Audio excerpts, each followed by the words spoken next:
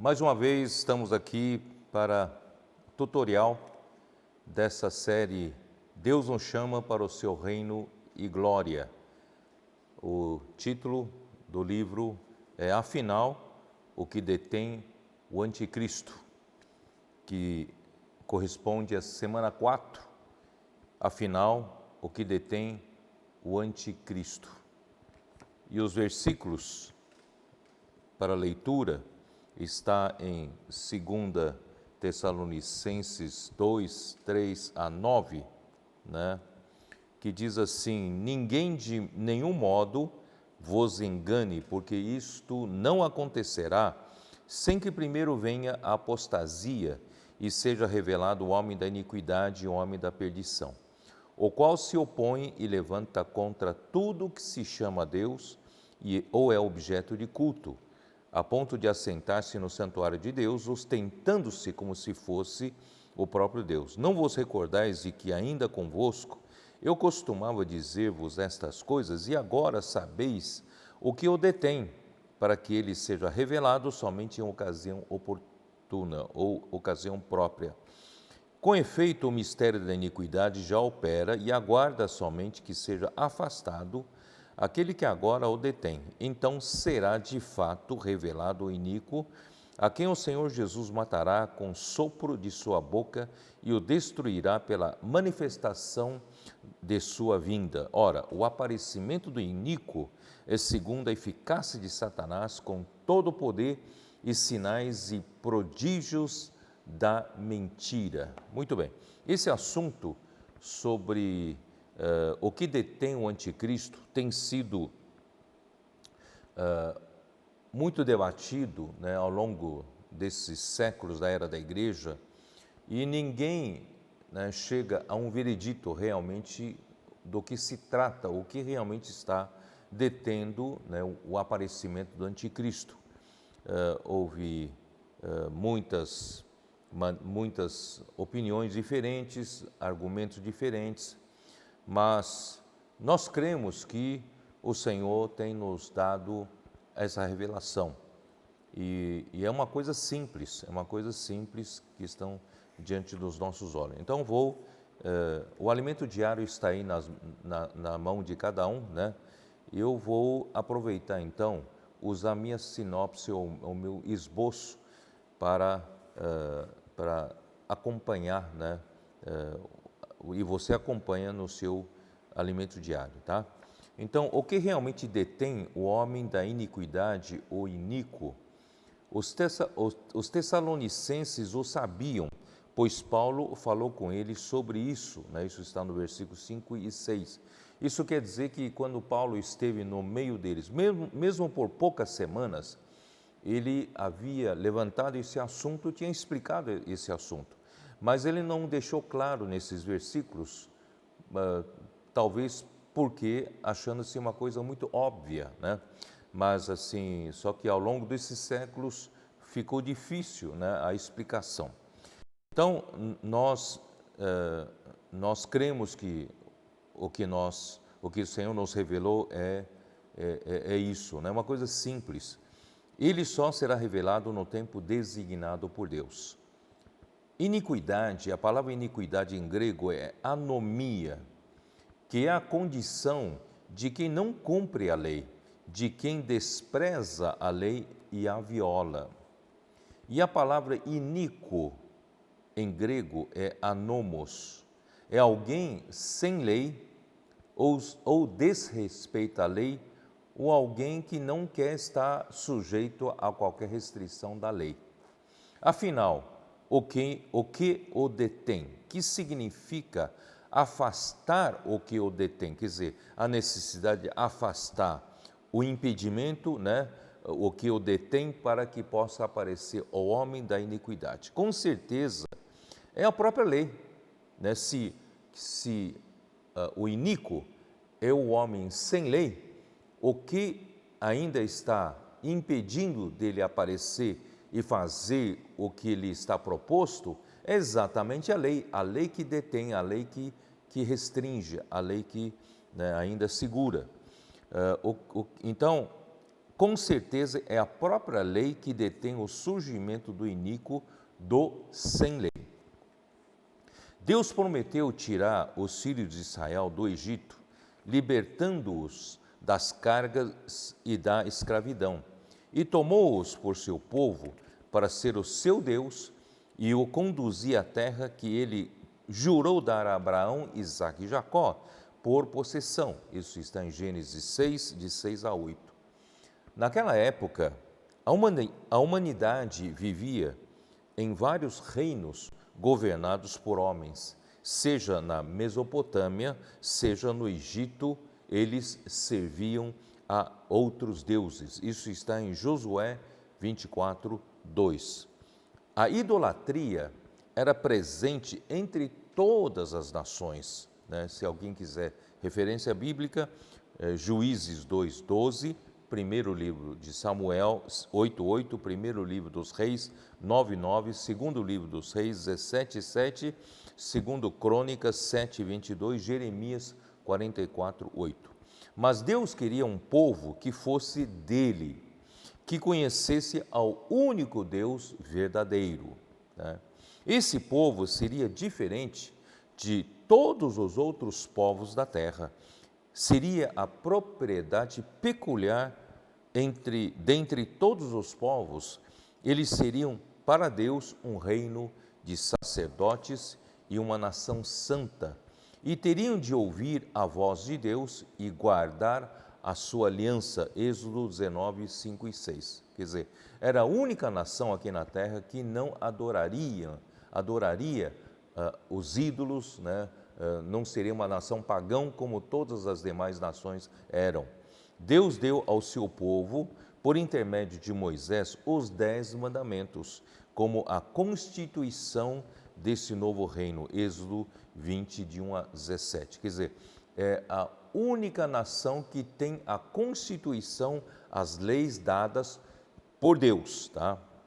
Então, em seguida aos 10 mandamentos, Deus então deu as leis. Deu a lei acerca do altar, a lei acerca dos escravos hebreus, lei acerca de homicídios, lei acerca da violência e acidentes, lei acerca da propriedade sobre roubos e prejuízos, leis civis e religiosas, leis acerca do exercício da justiça, testemunho falso ou injúria, leis acerca de deveres dos juízes, leis acerca do descanso, sábado, leis acerca das festas anuais e promessas acerca de Canaã. Então, todas essas leis, com a constituição dada dos 10 mandamentos, seriam, né, para restringir esse povo, né, para que o povo pudesse cumpri-las, tá? Enfim, eles eram um povo de Deus, com as leis promulgadas pelo Deus único e verdadeiro.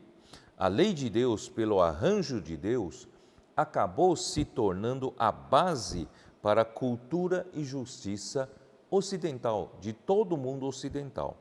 Isso se tornou o grande impedimento para o homem da iniquidade surgir, pois ele não respeitará a lei, não se sujeitará a nenhuma restrição da lei. Como disse Ben-Gurion em seu livro O Despertar de um Estado, povo que deu ao mundo grandes e eternas verdades e imperativos éticos, povo que profetizou sobre a unidade do Criador e da criação, sobre o caráter excelso do homem criado à imagem de Deus, sobre a justiça social, paz universal, sobre amar ao próximo. Foi quem revelou a visão do dia final, a visão de uma nova sociedade humana. Tudo isso foi escrito por Ben-Gurion, o fundador do Estado de Israel em 1948. Paulo pregou em Atenas para os gregos idólatras politeístas: o Deus que fez o mundo e tudo o que nele existe, sendo ele Senhor do céu e da terra, não habita em santuários feitos por mãos humanas, nem é servido por mãos humanas, como se de alguma coisa precisasse, pois Ele mesmo é quem a todos dá vida, respiração e tudo mais.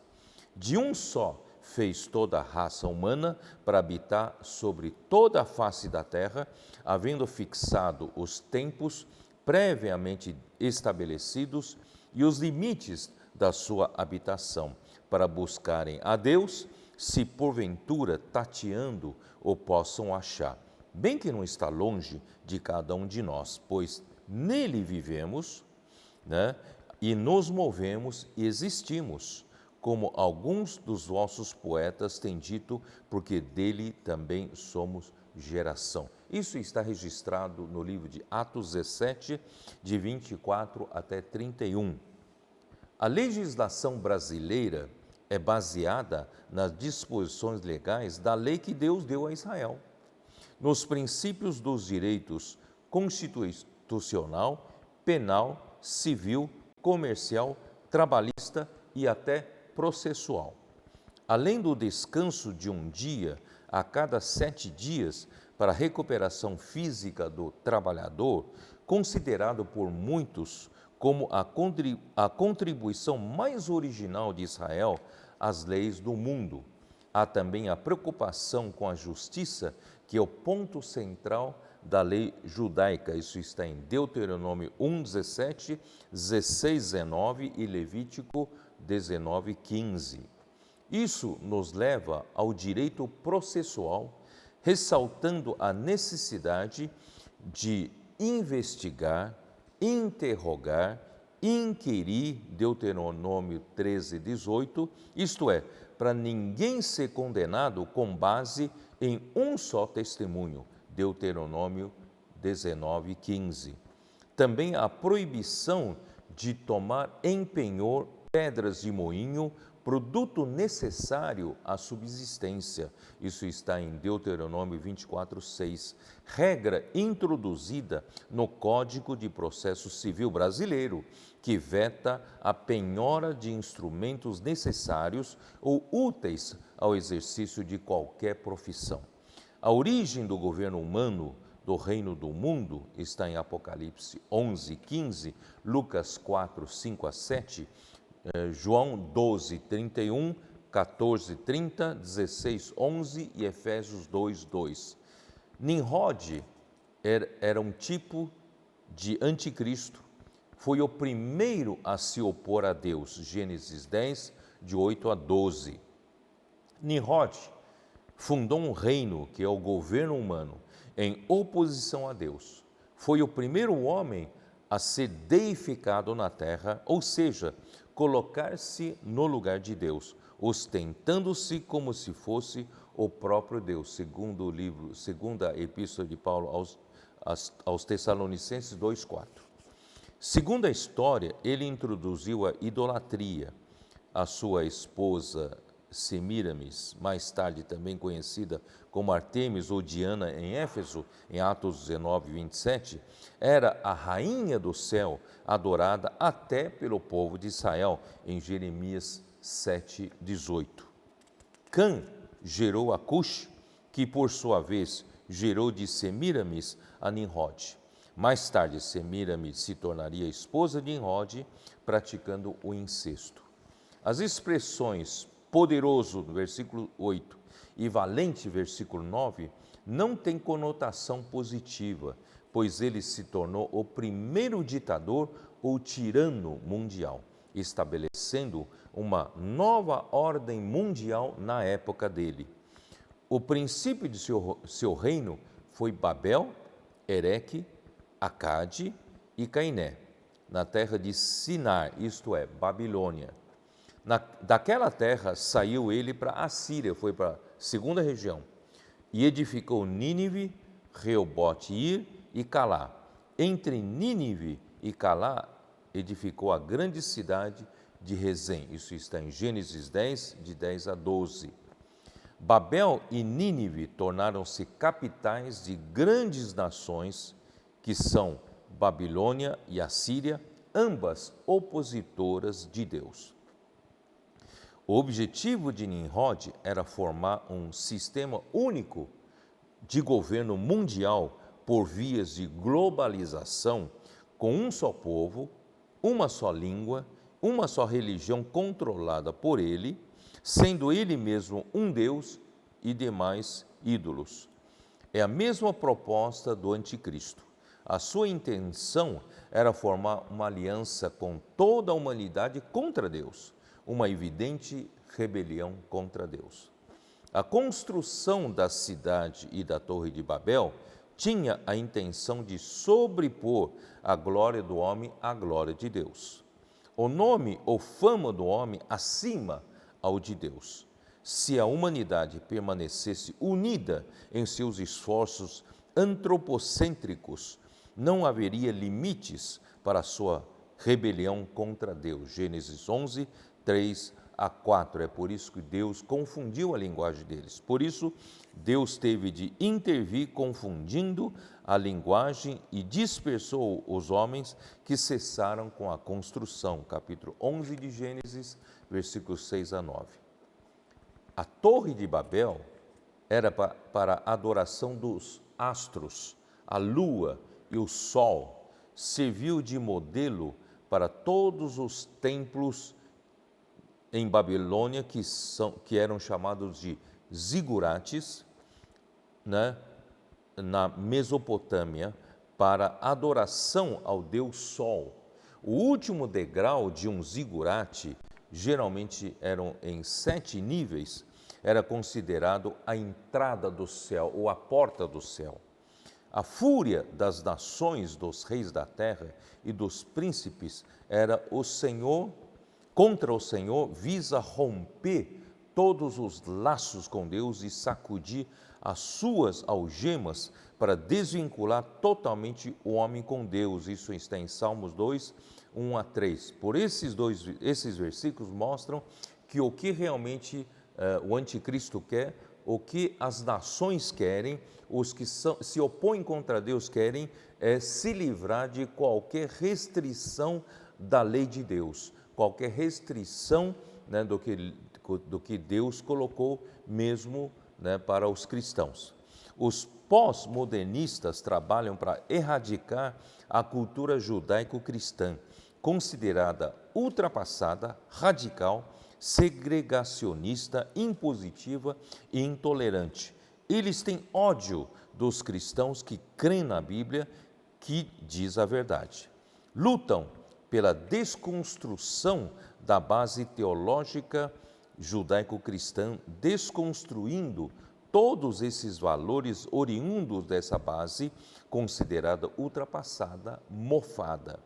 Sem a desconstrução da cultura judaico-cristã que está arraigada na cultura ocidental, o anticristo não terá como surgir. Não há verdade absoluta e universal, afirmam eles. Consequências: não há princípios morais que regem a conduta das pessoas universalmente. Rompimento dos laços da lei de Deus. Cada um estará livre, então, para fazer o que achar melhor e o que lhe dá prazer e satisfação. O egoísmo entra no jogo, segundo, né, segundo Samuel 3, 1 a 5, em detrimento do coletivo. Deuteronômio 12, 8.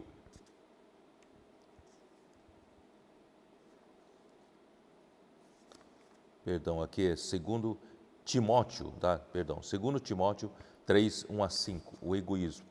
A relativização dos valores destrói qualquer referência que balizem julgamentos. Porque, se não há verdade absoluta, resulta então em uma sociedade sem lei, destruindo qualquer valor moral ou ético que balize a sociedade, a humanidade, o que por fim destruirá a família, a fé em Deus e obediência à palavra, a Bíblia, permitindo toda sorte de devassidão moral. Essas ideias estão sendo trabalhadas nas escolas, universidades, na cultura, na mídia e nas redes sociais, Esse conceito está sendo passado debaixo do nosso nariz, desafiando e minando a fé cristã. LGBTQ+, luta pelos seus direitos e combate contra abusos e injustiças.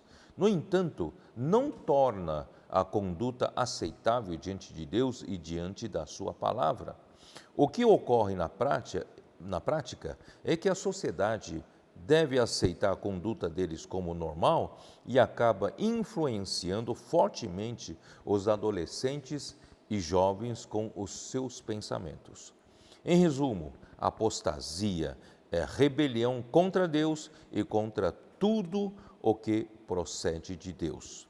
E a estrutura da fé é a nossa salvação e segurança.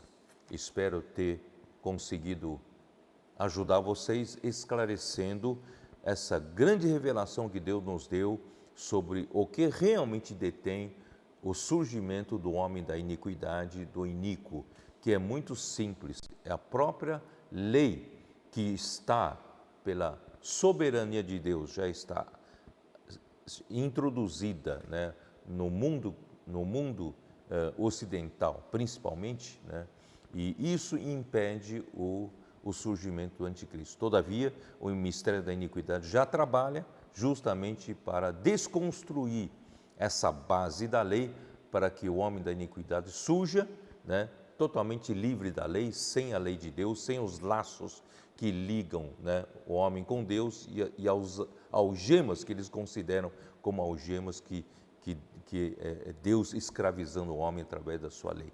Mas espero que você, né, tenha clareza sobre isso. Nós estamos do lado de Deus, do lado da verdade, do lado da justiça. Existe sim a única verdade, existe sim a Bíblia, é a nossa referência da verdade, e nós temos, graças a Deus, o Espírito dentro de nós também que nos guia a toda a verdade. Deus abençoe a todos. Amém.